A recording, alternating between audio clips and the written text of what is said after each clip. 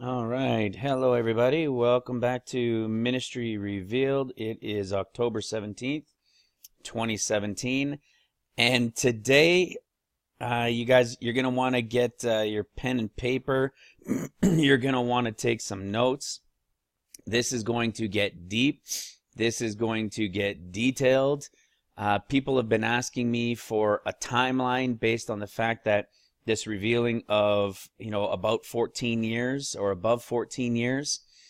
And I'm going to give you a timeline. And guys, there's one in particular that a subscriber had said, well, what about this?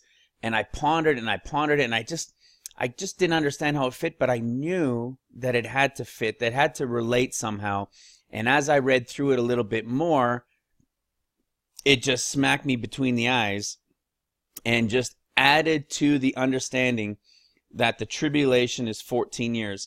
And in fact, I'm going to reveal how all of these pastors, all of our pastors for decades have been telling us essentially that there's 14 years without even understanding that there's 14 years. It is so incredible. And in fact, I've got an image down here that I'm going to show you guys later. And this image is from the Prophecy Club back in, it says from 2014, but I believe the message when it was spoken was probably late 2012, early 2013, just based on what he says about Obama. It sounds like the way he says it, that Obama had won his second term and that he's got to still fulfill his second term. So I'm going to show you how even the Prophecy Club, without understanding that it's 14 years of tribulation, that the first part is for the church and the second part is going to be for Israel, that they were saying it, and they actually reveal it. They do an image, a display to show what they believe is going to happen, and then 7 years of tribulation. I mean, and that's the tribulation for Israel. I mean, guys, it is so incredible.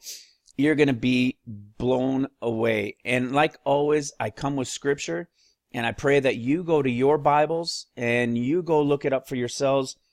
Use my favorite program of all time, which is eSword, and Bible Gateway, and come to the understanding for yourselves and pray. I am telling you, what you're going to see here is crazy.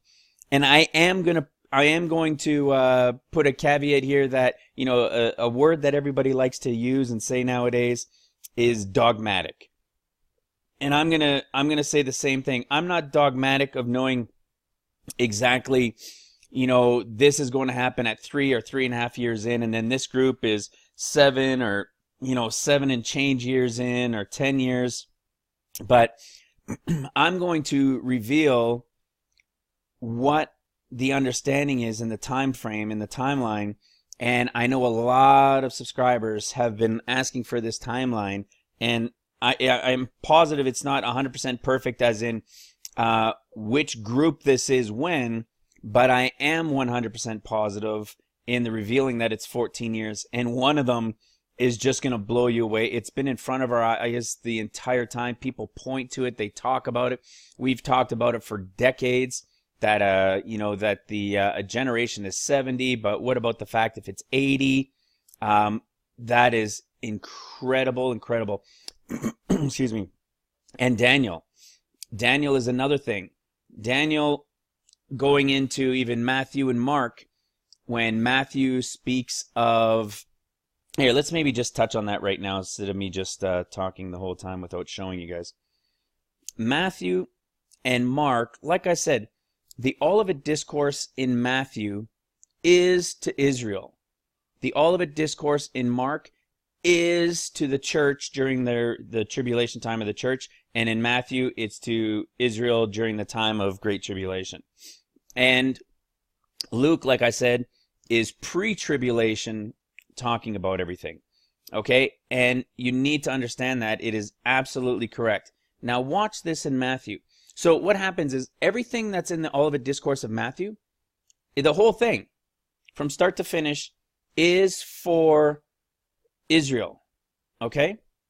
It's the entire process of what's going to happen during the tribulation, the great tribulation for Israel, and what they're to watch for and how things are going to happen to them. And in Mark, it's everything that's going to take place during the time of tribulation for the church. It's each of their 7-year span, give or take. But there's probably even overlapping, and this is where I'm not dogmatic. Once it passes that 7 year, is everything within the 7 year, or is it within a 10-year? You know, there's a little bit of uncertainty in my mind there, but I believe that it's very possible that the trumpets and the 7 years, and then there's going to be some quietness. It's the bowl judgments aren't going to be right away, and I'll touch base on that because, man, there's just so much. That's why I say, guys, I'm going to try to take my time here as much as possible, but it's going to take us into so many chapters of the Bible. I mean, we're looking here, Matthew, Mark, Luke, Psalm, back to Deuteronomy, and the one that chases, and then 2 that put flight, and it goes into Daniel 9, it goes into Daniel 12, it goes into Revelation 5, Revelation 6, Revelation 7, Revelation 15. I mean, this is so detailed, and I'm going to do my best here to take my time. But look at this. This is a big hint. Once you realize who each of the discourses are speaking to, you start to really get an understanding, because it's key. It is key to understand who is being spoken to. All right? Now watch this with Matthew. Back here. There's the abomination of desolation spoken of by Daniel in Matthew and in Mark, however not in Luke. And we know it's not in Luke because, like I said, Luke is the pre-tribulation, and we have 2 spots where it says, see, he's speaking to Matthew and Mark here. He's their groups. Luke's as if saying, not my group is already gone. All right? So we have the abomination here of desolation spoken of in Matthew, and it says, stand in the holy place, and then whosoever readeth, let him understand. We go into Mark, and the Olivet Discourse in Mark, and we have what? The abomination of desolation again. And this time it says, though, standing where it ought not. Let him who readeth understand. This, guys, this is so mind-melting. Sorry, let me have a sip of coffee here and just take a second. It is so incredible. Pay attention. When Matthew has it, we know it's speaking to the Jews. Well, what about when Mark has it? Who's it speaking to? I told you that Mark is speaking to the church during tribulation. You following me? So, if there are 2 different instances where it's saying the abomination of desolation, one applies to Matthew, which is Israel, and one applies to the church in their tribulation, and the other one is Israel. Matthew is Israel in their great tribulation. Then, hello? Is there 2 events? Are there 2 separate events that are spoken of in Daniel that are point to it? Is there 2 spots in Daniel that maybe talk about this? Get ready. There's a reason. It's not just constantly repeating itself in the Bible. The words have changed up, and there's a reason for it. Before I jump into that, watch this. Let me show you how... see, I get my goosebumps again. Let me show you how the pastors of these past decades have been saying it without understanding, because they're missing the fact that there's a tribulation to the first 7 years. The understanding that there's actually 14 years, above 14 years, about 14 years, right? That's revealed, that I've shown you in 2 Corinthians 12, 2 through 4, right? We have Paul here, who's talking to Israel, saying, I've now come to you a 3rd time. I'm not bringing you any burdens. I'm not here for your kids. I'm now here for you. Right? And he's telling them the first time when I came, above 14 years, at the very beginning, I came in like being caught up. This group was taken to the third heaven. Their bodies are going to drop dead because I'm only taking their spirit, just like John says that he was taken in the spirit into the throne room, right? That's where this group is going. They're going in the spirit to the throne room. That's what the third heaven is. And then when he came the second time, this group was the raptured group. This one is like a rapture, but it's not, because there's no body resurrection here. The bodies are dropping dead. Only the spirits are going. This group is the group when he comes back next time to rapture the church. This is where the church is caught up. Everybody dead in Christ first. Don't forget that. It's very important. The dead in Christ shall rise first. Then those who are alive and remain. Okay? There's a very important distinction there, because that distinction, everybody thinks that, oh, it happens at the same time because it's in the next sentence. No, it doesn't happen at the same time, I'm telling you, and we'll touch base on that. Just like Revelation 12, we think it's all going to happen in the same day. No, it's years, okay? It's at least 7 years. Probably more like, actually, it's probably more like 10 years and change now that I've gone through it more. And we'll touch on that. That'll go into Psalms 90. But now watch this. Because pastors haven't realized that it's actually about 14 years and not 7, above 14 years like we see here that Paul says, and not 7 years. See, they've spent all of their studies, and the seminaries have been teaching this, and what happens is they're trying to fit everything into 7 years. Well, when you realize that it's 14, listen to what they've been teaching, and you start to realize what. Oh, see this? I'm buzzing again. What do the teachers like from the Perry Stones and Jack Hibbs and I mean all of them, right? Because they think it's 7 years. What are they looking for now? What have they been shown, or what do they understand that's coming next? A revival, right? They all talk about this, a revival like we have never ever seen. Well, would somebody mind telling me, sorry, I know it's rhetorical, but if somebody would mind telling me what causes people, if there's going to be this kind of people returning to Christ or coming to Christ, this type of revival to the scale that they've been preaching for years, what in history has ever done that? Well, let's just look back, 9/11. That brought a bunch of people back, didn't it?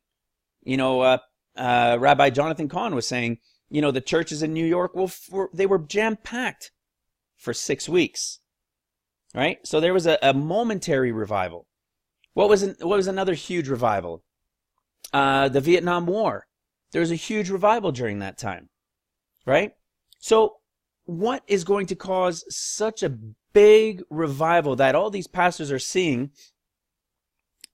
Is it just going to be that, oh, there's so many people out there sharing the word, and, you know, there's persecution coming right now, and the country's divided everywhere, and, oh yeah, everybody's just going to come to Christ because the pastors are doing such a good job? Nope. That's not it. What's coming is going to do it. It's going to be this destruction. It's going to be suddenly the escape that Luke talks about, that I tell you guys about, this escaped group that's going to go first. There is going to be millions of people that are going to suddenly drop dead. And there's going to be destruction that's coming. There is going to be the meteor shower that's going to begin. There is going to be war that's going to begin, which is all part of Revelation 12. Right? That is going to begin. That is going to be one event after another, building on another, building on another. That is going to get people back into revival. That is going to get people saying, oh Lord, please save us from this, please. You know, I don't want to miss out. I don't want to miss this. And there's going to be a bunch of people that did understand that, oh my goodness, we thought the rapture was going to include so many more people. And I'll guarantee you, anybody that's listening to this, if you're left, and I pray that me and my family are found worthy to escape these things that are coming, that if whoever is left listening to this, I'm going to tell you right now, they're going to say it's about 140 million people worldwide that just dropped dead. I'm telling you it's going to be 144 million from the studies, which I've revealed in other videos. And what's going to happen is you're going to see major revival coming from that, and from major crisis, and from meteor showers, all this Revelation 12 stuff starting to take place, and then wars. This is what brings people to revival, right? This is what brings people to revival. You know, and man, there's so many more things I could go into that. Just think of how the pastors put everything in and they try to fit it in to the first 7 years, but they say that there's revival there's the revival that they see taking place first, or they see that there's some destruction that takes place. Check this picture out. Check this out. So this is a screenshot I took from this video here, and what it was, this is from the Prophecy Club, and this guy I think just copied it and uploaded it, and again from 2014. This is when it says Prophecy Club. I believe it was probably before that, but let's say it was 2014. Look at this, what it says. Okay, now I believe the guy who was talking about this, who did this video, I'm not going to play the video because this is the part I wanted to really talk about. He talks about how, you know, they've been doing Prophecy Club for however long now, and he's come to understand that this is the type of thing that's going to happen, right? There's the county of the Omar, there's going to be, you know, then there's going to be meteor hits, and like it says, not necessarily fulfilled in this order, but watch this. Meteor hits in Puerto Rico is going to be the beginning of the catastrophe, and then there's going to be in through America, and there's going to be massive tsunami going through, and nobody's going to stand up to help America, and then there's going to be some battle, World War III stuff. Now it's going to start getting really crazy. Well, check this out. They're saying all of this stuff is what they've come to understand over the years from Prophecy Club. All right? Look what they have after. 7-year tribulation begins. Do you see that? They're telling you, look at all this stuff, which we've been calling tribulation, which we've been talking about. This is the kind of stuff that's going to happen during the tribulation. And yet, they have all of this stuff happening before what they call the 7-year tribulation. Do you see that? This is the first 7 years. This is what they're talking about. They don't even realize it because they can't tell you it's 14 years because they've never understood it. This is the first 7 years. This, after this stuff, bam, there's your next 7 years. That's why it was never understood. People couldn't, for some reason, it wasn't revealed. I've never seen it anywhere. That's why I say I know for a fact the Spirit's working through me. And I'm breaking down for you to show you how the understanding is clear as day that it's 14 years. Again, like I said, people have been looking and wanting a timeline. You know, I'm going to do my best to give you an overall view of the timeline, and some of the scriptures are just going to blow your mind how they've been there the whole time and we never saw it. So, look at this, clear as day, saying you are here, just like today. It doesn't matter if it was 2014 or 2017, before it's begun. All of these things, they foresee that this is what's going to come first, then the 7 years. And this is the 7 years for Israel. It's been here the whole time. These guys get it. But they just don't understand to call it tribulation. Church tribulation time. Israel tribulation time. That's what's going on here. I just love that one. When I saw that, I was like, oh my goodness, this is insane. And it explains so many things when you see the church trying to stuff everything in to the 7 years of tribulation, which is for Israel. In the 7 years, the Jacob's trouble. It's crazy. Now watch this, guys. We're going to get into it here. So when I was talking about Matthew and Mark, the abomination of desolation, here we have it in two places. We have it in Matthew and we have it in Mark. We know that one, like I said earlier, is for Israel. One is talking to the church, both during their times of tribulation. Which means what?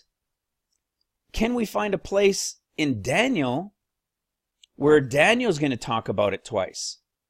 Well, guess what? We do. We have it in Daniel 9 when it's for Israel, and then we have it in Daniel 12 where it's for the church. Just like I've told you guys before. I've touched base on the Daniel 12 explaining to you guys before. And you're going to see this, guys. It's going to get detailed here, and it's going to start to become more and more and more clear to you. Watch this. So he shall confirm a covenant with many for 1 week, and in the midst of the week he shall cause the sacrifice and the oblation to cease, and for the overspreading of abomination shall he make it desolate. All right? So what's happening here? Satan has showed up on the scene, right? Or the Antichrist maybe is the one that's here first. This is a big thing. When does Satan arrive on the scene? This all ties in together, so you have to be patient as I jump around a little bit. But when does Satan show up on the scene? Right? We know there's 3. Guys, there's 3. Why do we always talk about the false prophet and the beast who is the Antichrist? We call the Antichrist. Do you realize that the pastors rarely ever teach about the dragon? We talk about Satan and all that, but all 3 are going to be on the earth. But the dragon doesn't come on the earth right away. It's going to start off with the beast. The Antichrist is going to rise first. Then the false prophet is going to come in and confirm him and stand for him and say him. And they're all getting their power from the dragon. But then the dragon is going to show up too. We know that from Revelation 12. Right? This is your actual in the sky stuff that's going to take place. And then there's the spiritual, what's going to happen. And then he's going to end up on earth. Right? He's going to realize that he's been, where is that part? And when the dragon saw that he was cast onto the earth, he persecuted the woman which brought forth the man-child. This is, guys, this is so crazy. When I realized this, it was about 10:30, 11 o'clock last night, and I was up with my wife till midnight once I started piecing this together, just explaining to her everything. It's crazy. Watch this. Satan is cast down, and he's persecuting the woman. Soon as he comes down, he turns to the woman, he wants to persecute her, and she flees into the wilderness, right? She's going to fly into the wilderness, guys. This is so, pay attention. It's so important. So important if you want to understand this 14-year timeline and that the tribulation is above 14 years. It is insane. I almost want to cry. It's so overwhelming. So, what's going to happen? Then Satan, once the serpent comes, when Satan arrives, he's going to chase the woman. She's going to fly into the wilderness, and he's going to chase after her with a flood. The water, the earthquake, the ground is going to open up, and they're going to flee. All right?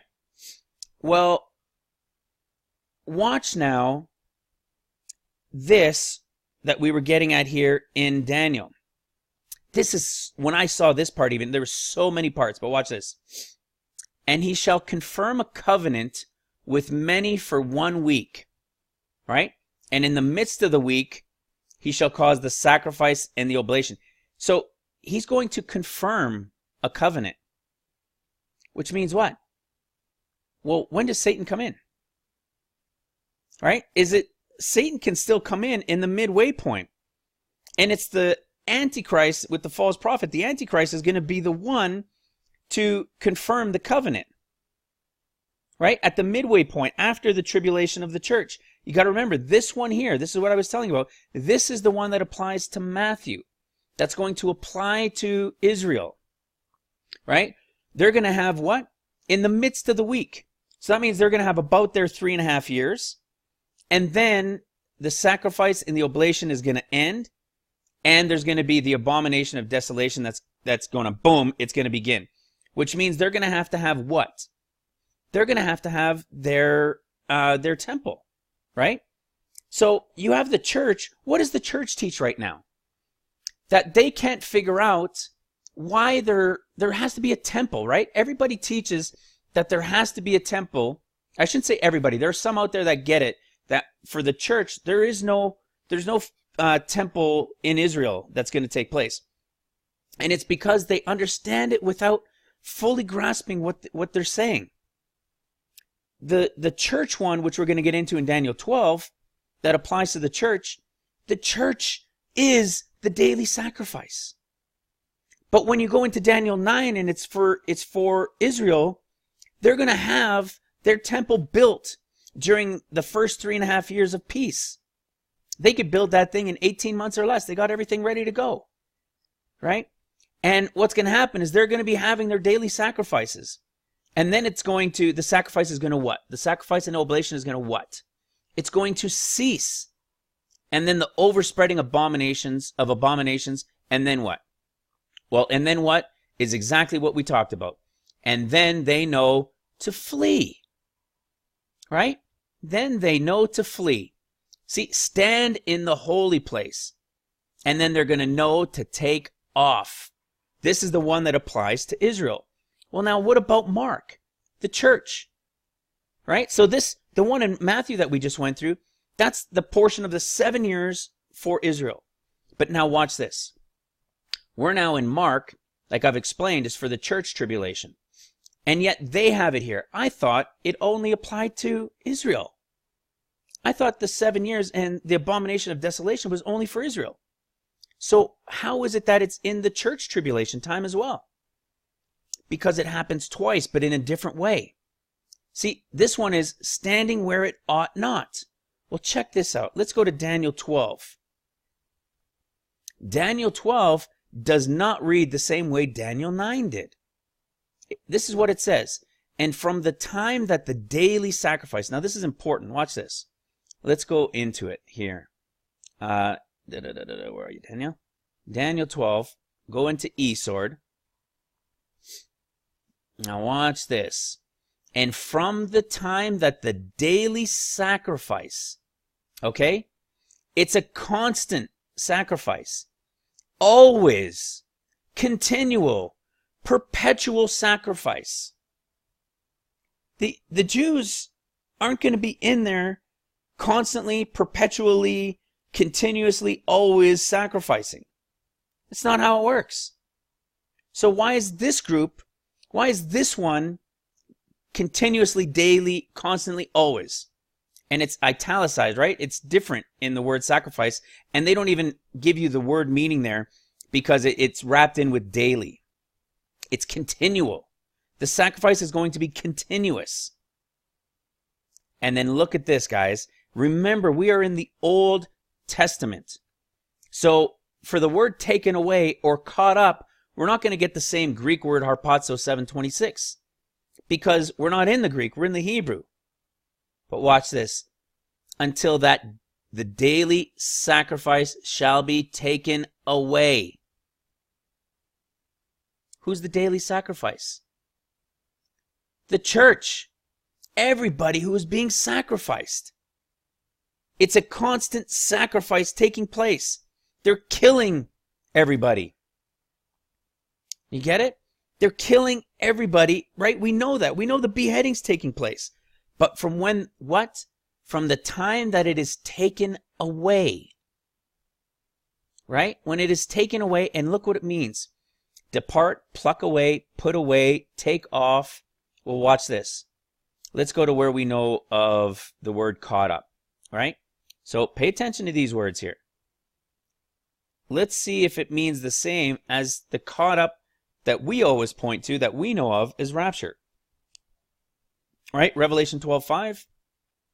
Caught up. This is the church being caught up here. And what do we see? G7:26. Right? Let's pay attention to these words. Let's remember these words that are here.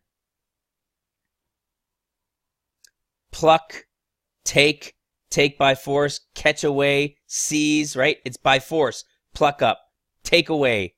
It's the same word. You see that? It's the same word. That is the daily sacrifice that is the church. The church is the daily sacrifice that's taking place here. And then they're going to have to take off. Right? That's when they start to see this happen. And then see, from the time that the daily sacrifice is what? Taken away. When it is raptured out of the way. From this time of the rapture of the church taken out of the way, until the time that the abomination that makes us desolate is set up, is going to be 3.5 years plus the month. And I believe that has to do because of the leap year. You see that? There's two separate events. This one is the daily sacrifice. This is the church that is being sacrificed here in the first 7.5 years. And once this daily sacrifice ends, it's not going to begin right away. It's going to begin, I believe, and again, this is the not being dogmatic. I believe it's going to begin about 3.5 years in. We can see that from going into Revelation, I believe Revelation 15, when the false prophet, or is it 16? No, I think it's 15, maybe 14. I believe it's 15. When the false prophet stands up, when the Antichrist stands up, and it says that he's to continue, right? No, 13 it is. See, when he rises up, and watch this, right? He has power to continue 42 months. So there's a time before his 42 months begins. His real power, like he's got power, right? He's been given his throne and all these different things, right? He's been given his power and authority, but then there's going to be an event, and from that point, he's going to be allowed to continue another 42 months. And I believe what's going to happen, and again, like I said, I'm not dogmatic with this, but there's a point where he's building up in his power. And then you're going to see the sacrifice beginning of the church. And when the sacrifice ends, when the daily sacrifice of the church ends from the beginning, the tribulation has now begun. There's devastation and all these things taking place that are going to build up, and there's going to be revival. And there's going to be the Antichrist is going to rise up and get his power, and he's going to come into power and to strength. And then at about, give or take, the 3.5 year mark, I believe, that's when you're going to see these beheadings begin. The beheadings are going to get horrible. They're going to be daily. They're going to be done by the tens of thousands, hundreds of thousands around the world, I believe. Daily. Hundreds of thousands around the world daily. Or at least 100,000 around the world daily. It might even get to the point where they're going to televise it. Because people are going to be saying, oh, there's one. Oh, my brother's sister's boyfriend, whatever it is. My brother, his girlfriend's brother, he's a Christian. I saw him with the Bible, and people are going to start ratting each other out. So, because the Antichrist, with the false prophet working with him as well, they're going to say it's happening because of these guys. The judgment is from them, and they're going to want to get rid of them. I believe that's going to be part of it. Are they going to televise this stuff? Man, I wouldn't doubt it. I wouldn't doubt it to scare people away from being Christians. Because it is a spiritual battle that we're in. It is a battle for the souls. Right? That's even another video I was looking at doing as well. I've got it in my notes. When Jesus goes in and he reads, what does he read? Psalm 61, right? In Isaiah. He reads Isaiah 61. And then he closes it because, before the destruction, but proclaim the year of the Lord, and then bang, he closes it. Well, when you read it, it's different from the Hebrew and then from the Greek when Jesus had read it. But what he talks about is to deliver the captives. Captives means prisoners of war. We are literally prisoners of war in this skin. And the battle that goes on, the DNA is our blood. Our DNA is our chains of darkness. Right? There are two chains of darkness. There's everlasting chains of darkness, and there's chains of darkness. We're all in prison. Our flesh is our prison. And Jesus has come to what? Set the captives free. He's come to what? Deliver the prisoners of war, that they might see, those who are blind might see, like all of us who understand what's going on, who believe in Jesus Christ. That's what it is. We have come to see, right? He's come to give us sight. And those of us who understand this, we've got the sight. But that word captive is prisoner of war, because it's a battle for our souls. And Satan wants as many as he can as well, so that he can feed his pit, his army that's coming. So, back to this here, he continues the 42 months. So, it goes back to what we were talking about here. We had Matthew and Mark, they both have it.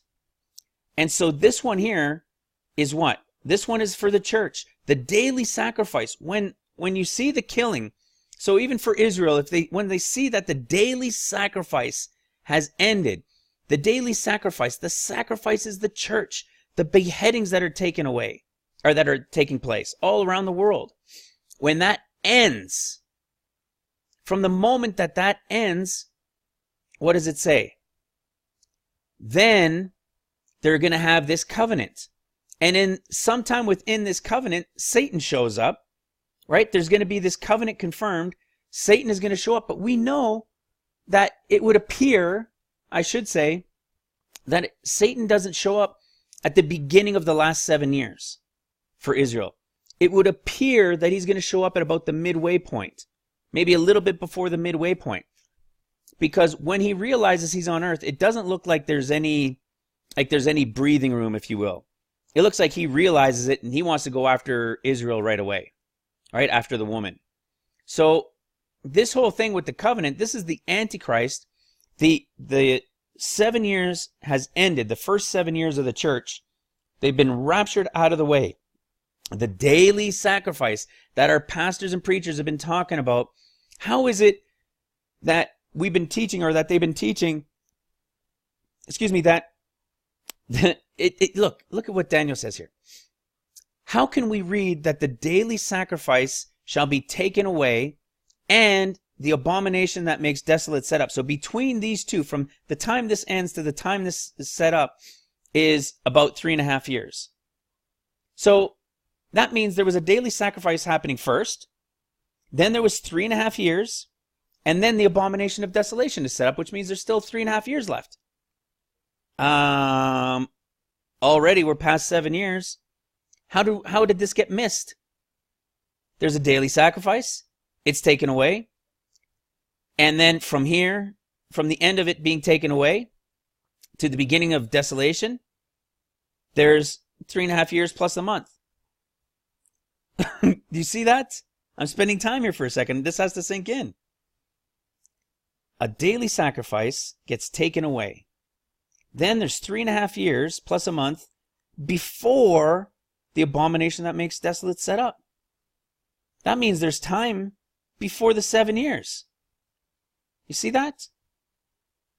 And then we go to Daniel 9, which is for Israel. They have their 7 years. When does this covenant come into place? When the daily sacrifice, when they stop killing all the Christians, they've been raptured and they have to stop killing them, right? So here it says, what does it say? When the oblation ceases, but it doesn't say that in Daniel 12 because it's not talking about the same thing. This one here is what? When the daily sacrifice is taken away, raptured away. It's just in Hebrew, so it's not going to have the same word. We get that from the Greek, okay? But it is the same word, but in Hebrew. Now, this one says, shall cause the sacrifice and the oblation to cease. What are you talking about? It's not the same. Because this is when Israel is going to have their temple. They're going to, the daily sacrifice, which is the church, has now not only ended, it's been taken out of the way. They're gone. They can't go after them anymore. No more Christians are coming in. It's over. Right? And it says what? Then there's a covenant. And he's going to confirm the covenant sometime when he arrives in that week. But in the middle of that week, now we're 10.5 years in. The first 7 years was just like I showed you for this. There's your first 7 years. The sacrificing ends. Right? Sacrificing ends. It's taken out of the way. And then there's what? 3.5 years before the abomination that maketh desolate is set up.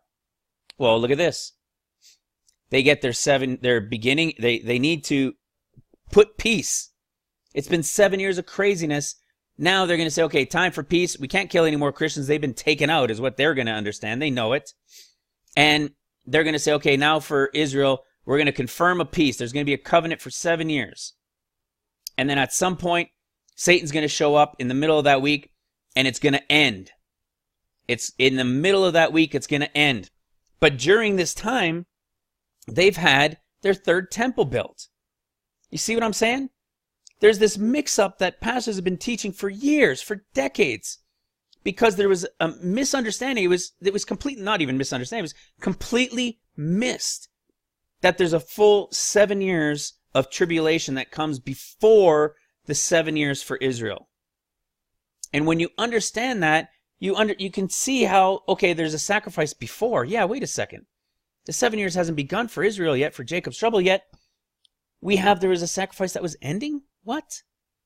See, you get that now? There's a sacrifice that was ending.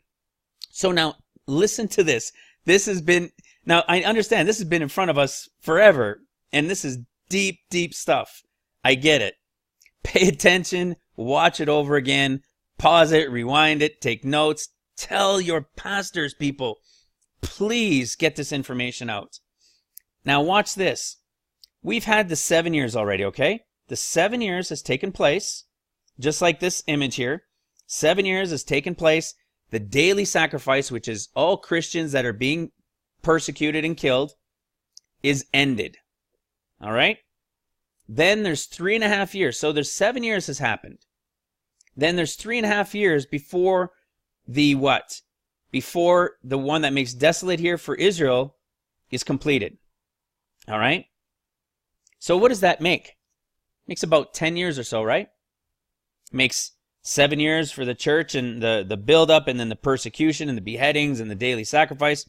And then bam, after the 7 years, church, dead in Christ first. Then those who are alive and remain afterwards. Okay?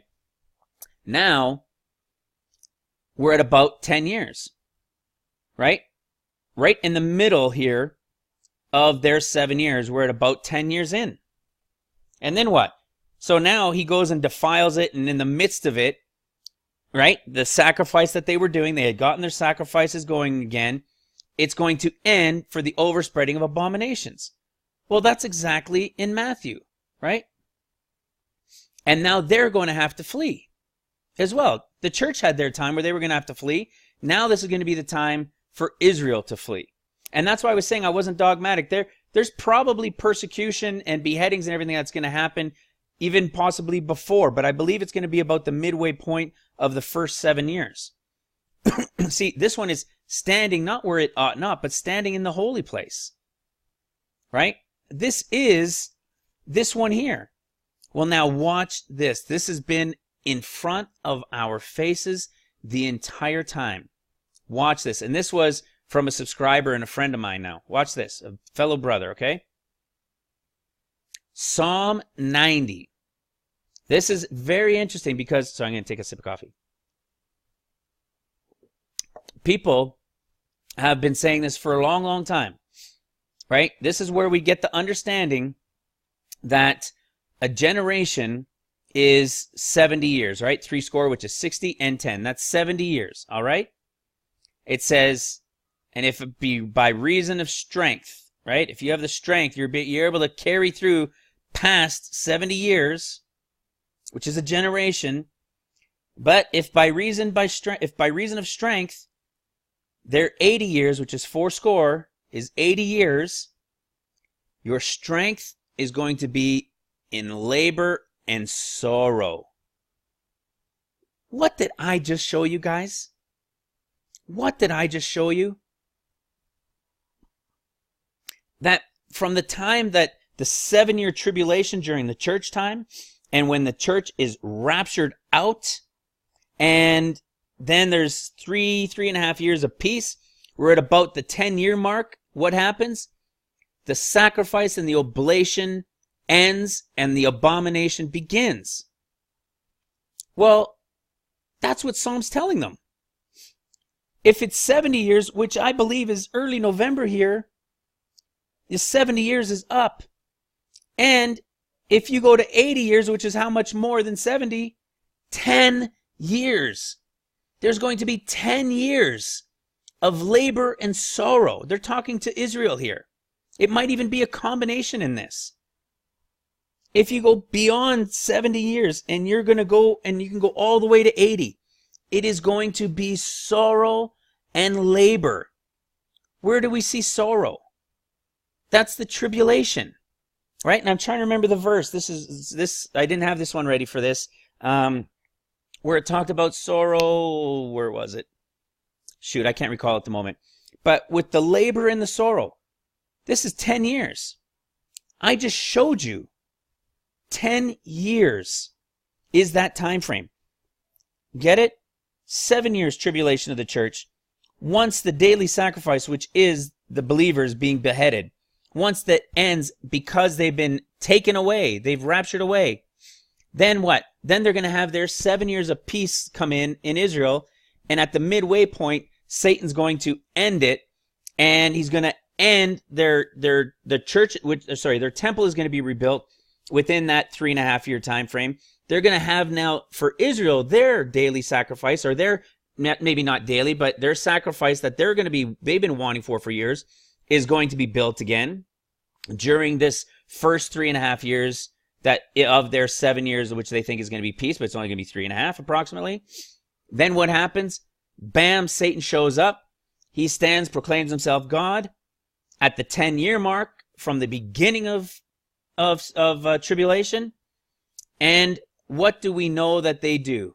Where do we go?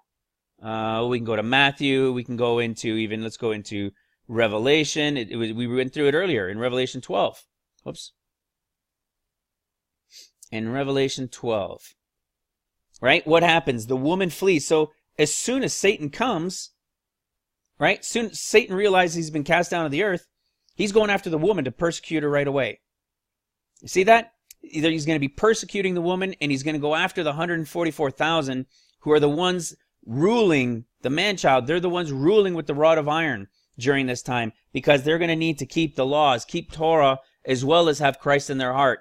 And these 144,000 are the ones that are going to know how to do it. Watch some of my other videos. They'll explain this 144,000. All right? Now, what does the woman do at the 10-year mark? The approximately 10.5 year mark? Just like it said in Psalm 90, if there be not 70, if it goes to 80, it's going to be labor and sorrow. Right? It'll be because it's been 10 years of tribulation, 7 of which the church is there. Then there's this false peace that's coming. You guys are going to get to build your temple. And then Satan's going to show up. And he's going to what? He's going to chase you into the wilderness. Right? He was what with the woman? He realized he came to earth. And he persecuted the woman, which brought forth the man-child, the 144,000. That we see this, the 144,000, we see in chapter 7, they're sealed. We see in chapter 14 that they've now been brought forward. They're now on the earth. All right? Now listen to this. And the woman were given 2 wings of a great eagle, that she might what? Fly into the wilderness, to a place where she's nourished for times, and half a time. What? 3.5 years? Can you say 3.5 years? She's going to be nourished in the wilderness 3.5 years? Did you catch what the rest of Psalm 90 said? See, the days of our years, of our years, so this is probably speaking all of us here, right? Is 70. This is a generation, 70 years. But if it is 80 years, 10 years in between it, those additional 10 years are going to be labor and sorrow, tribulation, of which the church is there for the first 7. Then there's a false peace, and this time is the Jacob's trouble, the 7 years of great tribulation for Israel.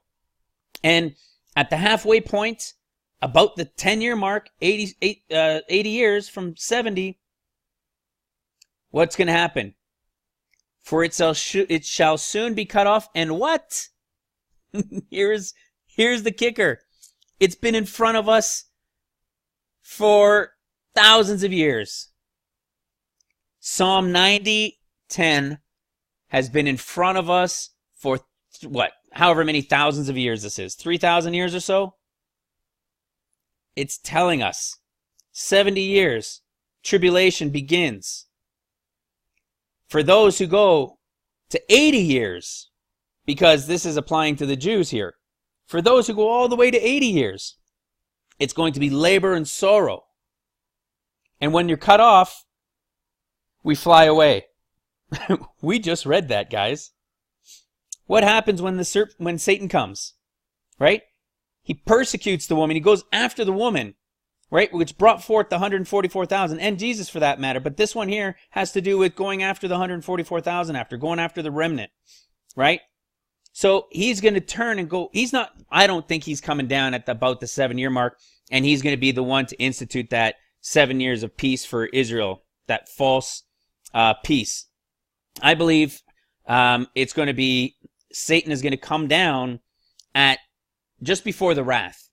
He's going to come down sometime before that, maybe around the 3-year mark, and he's going to be pompous, and he's going to take over for the Antichrist. That's how I believe. And again, I'm not dogmatic, but that's how I believe it's going to happen. Because we know Revelation 16 told us there's all three of them. And for some reason, the church is always taught that it's the false prophet and the Antichrist, and that it's just Satan that dwells in them. Well, we see in Revelation 16 that there's three. There are three. We see in 13 that they get their power from Satan before he comes to the earth. So once Satan loses his battle in heaven, fighting against Michael and his angels and him with his angels, and he gets cast down to the earth, what else do you think they're going to see here? They are going to look up, and they are going to start crapping their pants for what's coming upon the earth. See that? Because this is where it's the fallen angels and Satan being cast down. I mean, they're going to have one heck of a time here. This is going to be craziness. Okay? So, I don't believe Satan comes down right, at the beginning of the peace talks, or at the beginning of the 7 years of false peace. I'm not, like I said, I'm not dogmatic. Maybe he does, but the way it talks about it here, it looks like he's just going to come and he's going to be so ticked, he's going to go right after them. But obviously he's going to stand in the temple first, and he's going to make himself, the big hotshot, and that's when they're going to realize, and they're going to have to run. But watch this. When he does come and he's going to persecute the woman, right, which brought forth the man-child, what happens? And to the woman were given, what? Wings of a great eagle, that she might fly into the wilderness. It's just like I was saying. This is the same thing here. At the 10-year mark, approximately, 10 and a half years in, right? 10 and a half years would work too, because you could be 80 and a half and you're still 80, right? 10 and a half years in, what happens?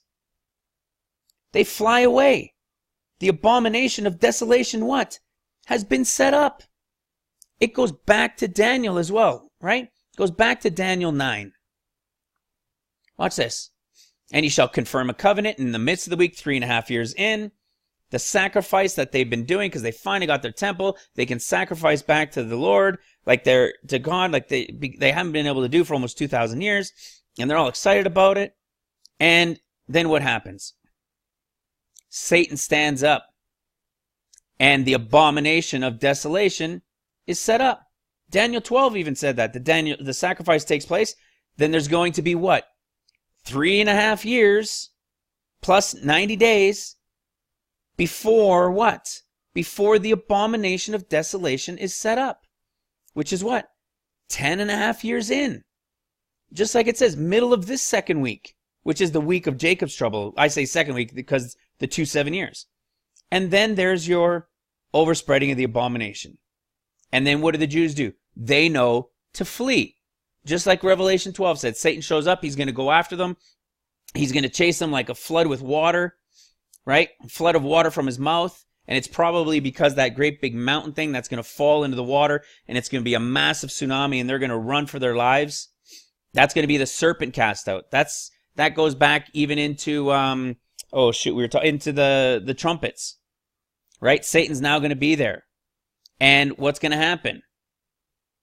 He's going to cause a flood, a tsunami, and the water's going to be swallowed up, and they fled. And then he's going to turn his attention to the remnant of her seed, right? To the 144 and everybody else that's getting sealed, that's coming to the understanding for Israel at that time. No longer for the church, but for Israel, right? The church is gone. There's no more Gentile coming in at that point. It's for Israel. So it's right here. 10.5 years, and they fly away. 10.5 years, and they fly away. So for all of this time, it's one of the biggest keys is right here. A generation is 70 years. This early November is the end, in my understanding, in what's been revealed to me. Early November is the end of the 70 years. From the sign that the sign of Jesus, which is the Revelation 12 sign, was the 40-day one. People have realized from Scripture as well that they're going to miscount the barley harvest, which is what they would have done. And it's not actually 5778 yet. It's 5777 still. And it is a Jubilee year. So what's going to happen is it's 5778 isn't going to begin until the atonement, which puts us again back to early November. And everything fits perfectly in. We are now at the end of the 70 years. And for those, especially as it's talking to Israel at this point, that once those who go to 80 years, it's going to be labor and sorrow. It is going to be tribulation. Right? It's going to go to tribulation. And then what? They fly away, guys. It's been here in Psalm 90, verse 10. Forever, for 3,000 years. What happens when they fly away? We all know it, guys. What happens when they fly away? Wrath begins. Right? Wrath begins. Right? The 7 plagues are about to be released, which is 16. Right? There come all of the plagues. You see that? It's been in front of us the entire time. So what's this? 70 to 80. 10, we can say 10.5 years even. 70 is going to fall bang on the day. God's perfect. That's not going to be messed up. And within the fourscore, their life and everything is still going on. So, and 80 years old could be 80 and a half. It's not going to go past, it's not going to go 70 and a half or 70 in a day, because this is the kicker. This is the beginning. But this, you could be 80 and a half and still be 80. And then what about the time of wrath? There's going to be another 3.5 years of wrath. You know, we have to remember that, yes, there's going to be, the days are going to be shortened, the days and the nights are going to be shortened. So that by a third. So we know it's not going to be even a little bit earlier. We know that it's not going to be a 24 hours as we know it, and we get that.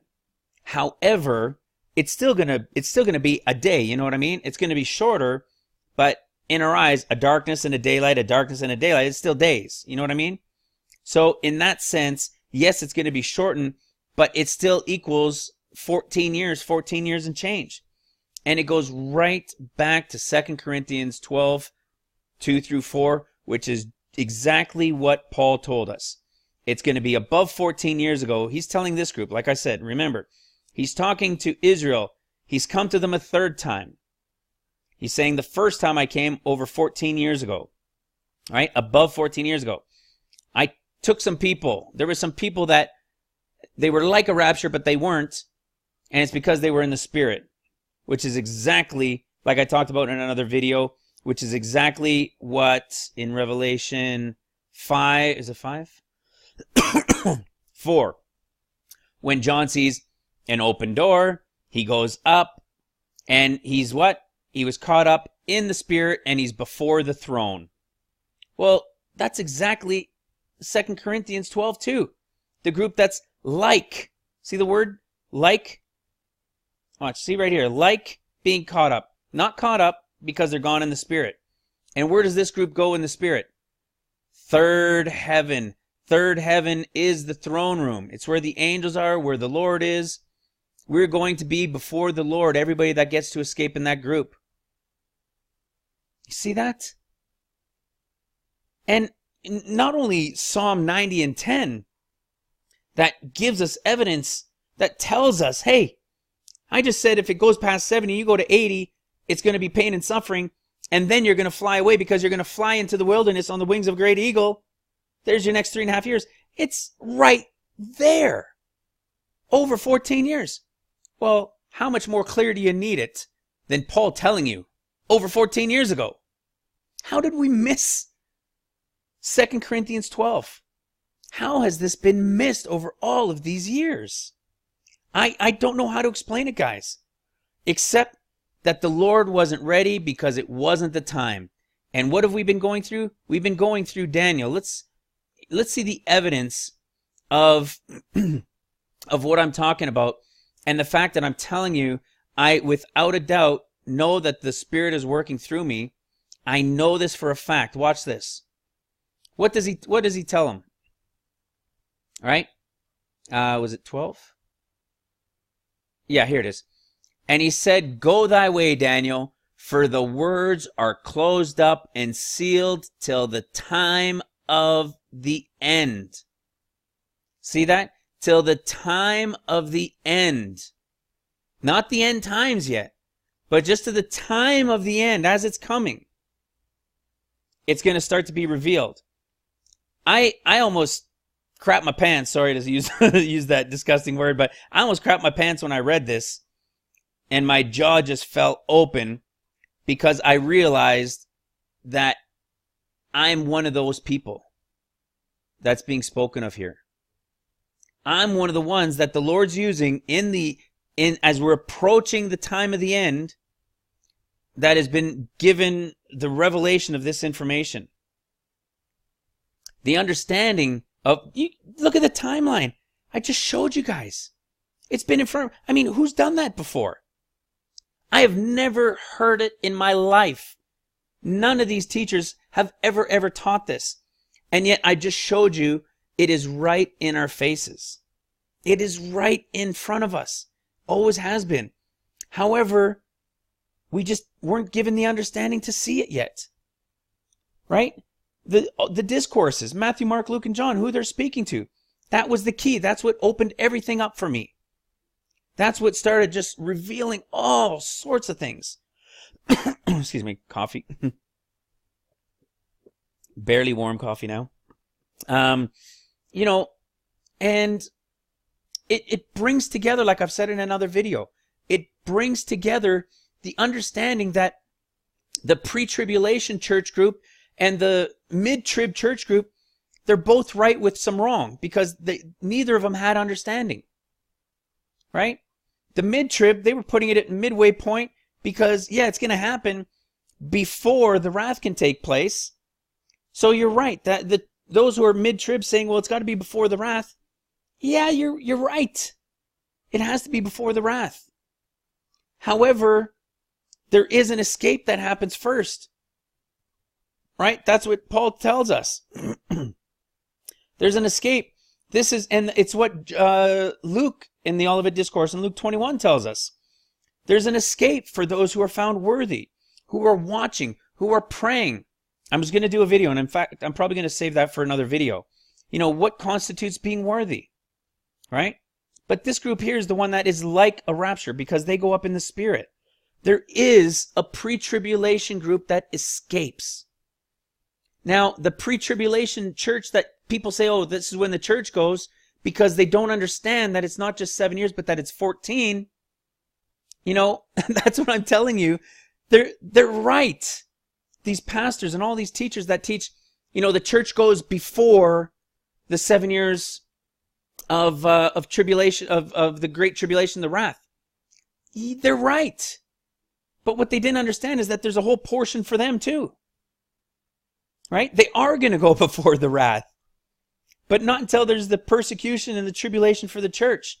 The group that's going to go before all of it begins is a number, like I told you at the beginning, is going to be 144 million. God is perfect in his numbers. All right? It'll be 144 million. That's what I've come to understand in my studies of this. And which is a little less than 2% of the population of the world, by the way. So, it's been there. They're both right, but they're both missing it. With the church that says the pre-tribulation, they're right. With the church that says, it's mid-trib, but they think it's the middle of 3.5 years, they're right. But they're missing all the rest of it. They're missing the first beginning to get the understanding. And when the escape happens, and there's only, that number of millions going, and it's not, the 500 million to 1 billion that everybody thought was going, they're going to wake up and they're going to realize, holy crap, I missed it. What did I miss? After all of this time, what was I doing? Right? There's going to be a lot of people when this number of people drop dead. There's going to be a lot of people that will be able to understand what's happened, that are going to come to Christ searching, and they're going to be digging and digging and digging. Your revival is going to begin. You know, when you looked at it before, for years, it didn't make sense to me. I mean, I believed it because these guys were the pastors and the teachers, because, you know, everybody's always said 7 years. But when you understand, just take a step back and you look at what they were saying, and all of that had to fit in 7 years. I mean, it was impossible. How does all of that fit in 7 years? It would mean like soon as the rapture took place of the church the way they believed it, that bam, right at that point, I mean, what daily, the temple had to be built, and there was the other sacrifice that should have happened first, and all of the destruction, it would have had to happen immediately, but suddenly for some reason there's 7 years of peace, and you see what I'm saying? It just didn't fit. It made no sense. Once you step back, look at them both. Look what I'm telling you about the 14 years, and look at what they've told you about the 7. There was no way it was happening in 7 years. There had to be a whole group of something that had to happen first, before those 7 years. And everybody, I think in a way, somewhere in their spirit, they knew it. They knew it. Now, do some big pastors, you know, I mean, Perry Stone, for crying out loud, this guy's got over 160,000 hours of Bible study. I'm lucky if I've got 1,600, maybe a few hundred. But it's because the Spirit has led me to this. Like I said before, you have no idea who I am. If you knew me, you, like my wife says, you have no idea who my husband is. He doesn't know this stuff, okay? I do now, but it's because the Spirit has led me. And I could tell you verses and chapters. I mean, it's insane. In just over a month. You know, in 40 days, this has been revealed to me. It's insane. So that's how good God is.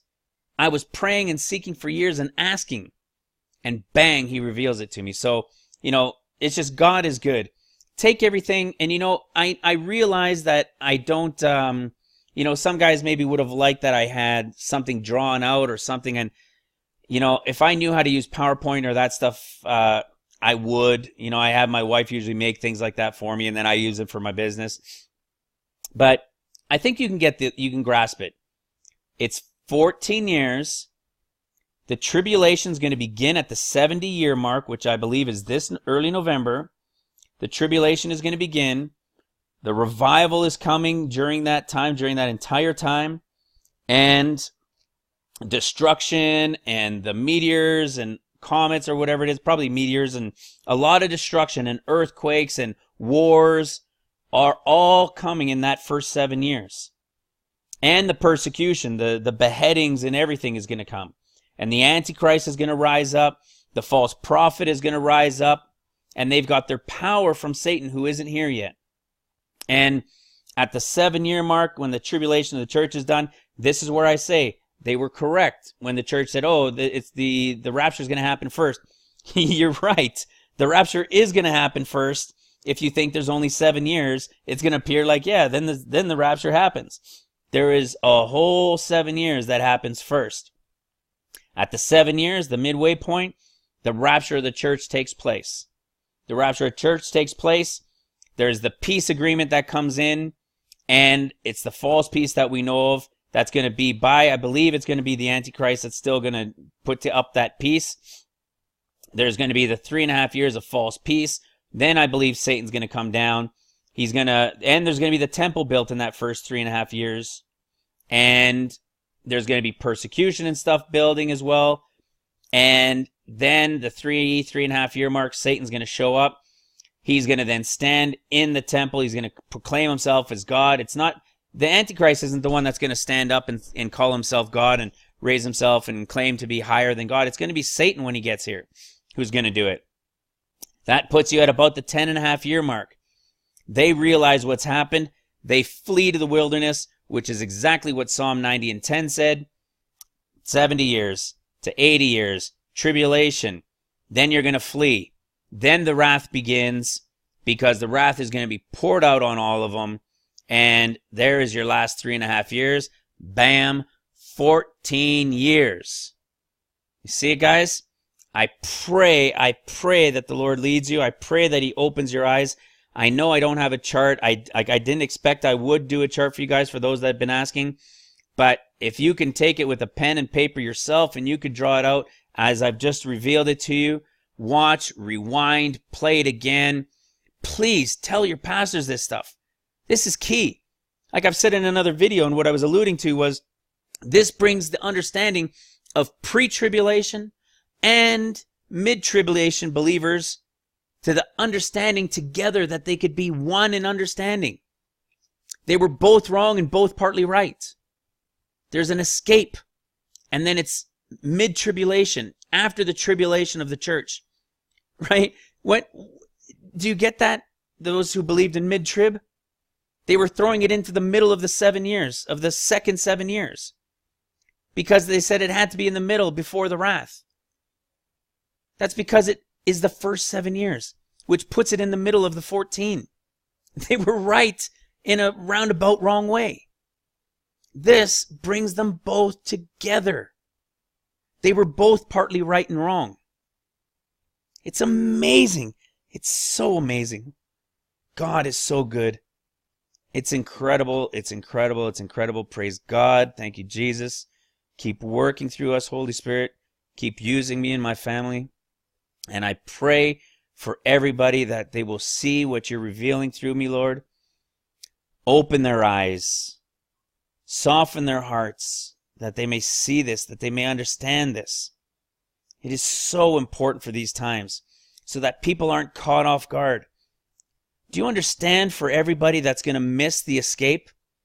Do you understand what's going to happen when the tribulation begins and everybody that believed in the pre-tribulation rapture, that there should have been, 500 million to 1 billion people for the church raptured out?